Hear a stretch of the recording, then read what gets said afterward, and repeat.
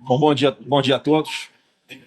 Um momento histórico aqui para a gente no Senado Federal. Nunca na nossa história tantos senadores, a maioria absoluta da nossa casa, se posiciona publicamente no sentido de fazer o impedimento do ministro Alexandre de Moraes. A nossa conversa com o presidente Davi ontem foi muito franca, muito aberta, e o que eu posso falar é que há sim um sentimento comum de que algo precisa ser feito para resgatar a normalidade. Ninguém aguenta mais tanta briga, tanta confusão, e, no nosso ponto de vista, muito em função do extremismo do ministro Alexandre de Moraes, com as decisões que ele tem tomado, e quanto mais passa o tempo, mais ele desagrada os seus pares, mais constrange os seus pares, e um Supremo forte é aquele que respeita os limites. Portanto, o ministro Alexandre de Moraes precisa voltar a ter limites, assim como todos nós temos, e o limite para todos nós é a lei. E a partir do momento que ele descumpre a Lei 1079, tomando decisões em processos que ele deveria ser declarado suspeito, é um critério objetivo, a lei tem que valer para todos. Então, mais uma vez aqui, eu corroboro a nossa vitória de conseguir aumentar essa quantidade de senadores que são suficientes para a abertura do seu processo, o que automaticamente o afastaria por 6 meses. No tocante à pergunta que foi feita aqui, ontem eu estive lá. O meu pai é sempre muito duro, sempre muito difícil, saber que uma pessoa honesta, uma pessoa correta, que não tem absolutamente nada a ver com o 8 de janeiro, eu sou uma pessoa que convivi e acompanhei de perto tudo o que aconteceu, posso garantir a todos vocês que quando uma pessoa inocente é submetida à prisão, como ele está sendo, a indignação é infinita. Tem que ter muito temor a Deus, tem que ter muita cabeça no lugar para poder conseguir superar esse momento difícil. Apesar disso, ontem, quando eu estive lá visitando o meu pai, ele se mostrou uma pessoa, e isso é que eu acho que é importante, uma pessoa muito forte. A gente, às vezes, chega lá um pouco abalado para dar um apoio moral e sai de lá fortalecido. Quando a gente queria ir para lá levar força para ele, a gente sai de lá fortalecido pela força dele. Então é isso que todo o povo brasileiro, quando vai para a rua e se manifesta, e a gente sabe, né, que é muito em função do carinho que as pessoas têm com o presidente Bolsonaro, isso de verdade, não é retórica, não é narrativa. Isso de verdade dá muita força para ele, né? É difícil você chegar lá e ver ele com uma tornozeleira eletrônica na sua perna, com ela sendo recarregada na tomada.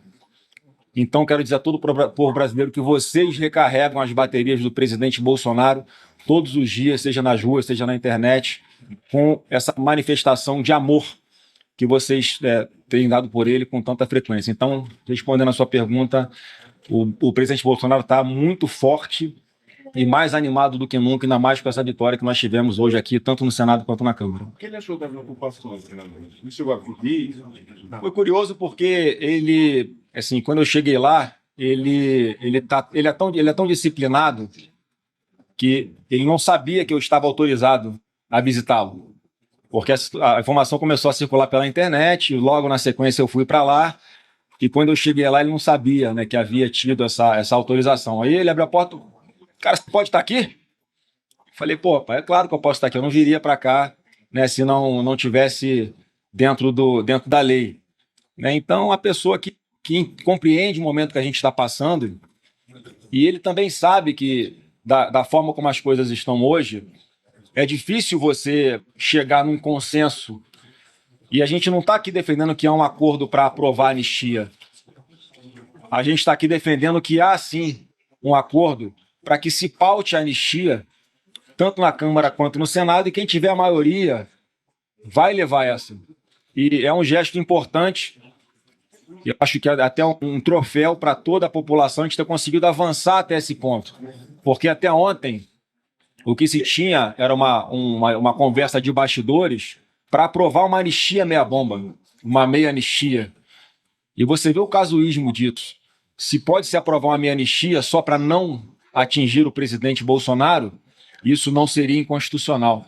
Agora, se a gente fala de uma anistia que é ampla, geral e restrita, como nós estamos defendendo, aí ela passa a ser inconstitucional só porque ela poderia afetar também Bolsonaro. Quando a gente está discutindo a anistia, não é sobre pessoas, é sobre os fatos que aconteceram. A gente não está aqui com tempo para discutir o que levou o Brasil a chegar a esse ponto. Mas eu acho que é um gesto de maturidade que eu sempre falei desde o primeiro dia. Os problemas do Brasil a gente resolve aqui. E mais especificamente dentro do Congresso Nacional, e é isso que eu acho que o presidente Hugo Mota e o presidente Davi Alcolumbre têm a consciência de recolocar o poder legislativo no seu devido lugar que a Constituição garante, e a nossa responsabilidade como homens públicos, tanto nós da oposição como aqueles que estão hoje no governo, temos a responsabilidade de tomar essa decisão aqui nos plenários das casas, seja ela qual for, seja qual for a maioria, para qual lado for. Cada um de nós vai estar com o sentimento de dever cumprido, de que nós não estamos nos omitindo de fazer a nossa obrigação e não estamos cedendo à pressão, seja de qualquer outro poder que seja,